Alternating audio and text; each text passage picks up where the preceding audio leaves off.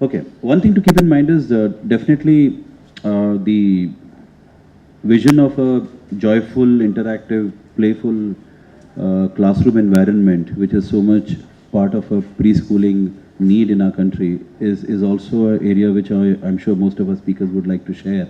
And what are the best methods being adopted by certain systems here, which can go as recommendations, besides, of course, the uh, untiring issue about unhealthy school environments like toilets and school bags and all, and of course what the families can do to promote a healthy child. We'll come to Dr. Vandana now, and I'm sure she has a lot of heartfelt emotions to share more than her mind, and I'm sure she can provoke a sense of dialogue between all of us for a few moments. Thank you, Jitendra, for that. And I think that the really big question that arises here for me, and I think most of the audience, and I want to put that question to the audience. We say that 98% of brain development happens in the first 5 years of every child. And on the other side, we say there are bags in school and there's unhygienic conditions in school. And you saw in this previous example presentation that is given. There are two questions that I want to throw open, and I feel we can have a discussion.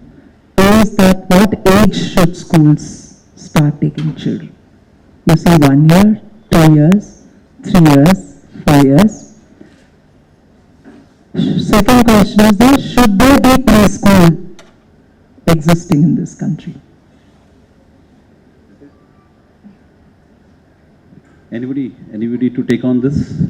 There was a huge debate about 2-3 years back when the Honorable Ganguly Committee had made certain, I was incidentally part of that, and the Delhi High Court wanted some recommendations. I'm sure you also have some thoughts on that regarding the school readiness. Is the child ready to at all go into a formal education system?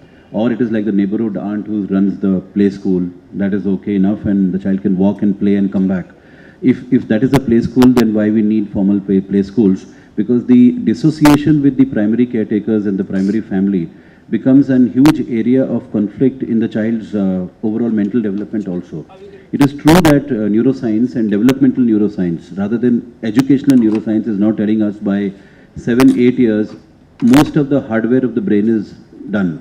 These are PET scan studies telling us, and SPECT, and many of the conferences dealing with principles, we have discussed this. If that is so, then are we dissociating with the child too early? And if we can, why not have play schools which are so much akin to a purely a family environment? So that is a question what ma'am is implying. Anybody would like to answer this? Keep it with you. Keep it with you. We'll come back to you. The second was about the second question was?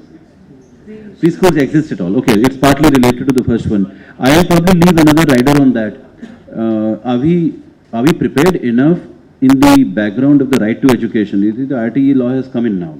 And when sir says that one child, 10 square feet, India is lacking about 3 lakh schools at the moment. And amongst the ones which are 11 lakh schools, CBSE is 11,000. That means CBSE schools are 1% of the entire education schooling system in the country. Like Maharashtra board might have, say, 50,000 schools. UP board may have about 1 lakh schools. And nearly 20-30% of these schools do not have a roof. So toilets are a luxury. So we are fortunate that we've gone through schools which have air-conditioned rooms and all whatnot. But majority of the children in the little semi-urban area just get the basic minimum school buildings. So toilet and space becomes an unimaginable, I would say it's a fantasy for a child to have 10 square feet. So in that circumstances, I think the question what she is putting to us is, do we really need to send a child away from the family? If we are talking about India and not just about metros like Bombay and Delhi, where luxury is life. We'll come to you.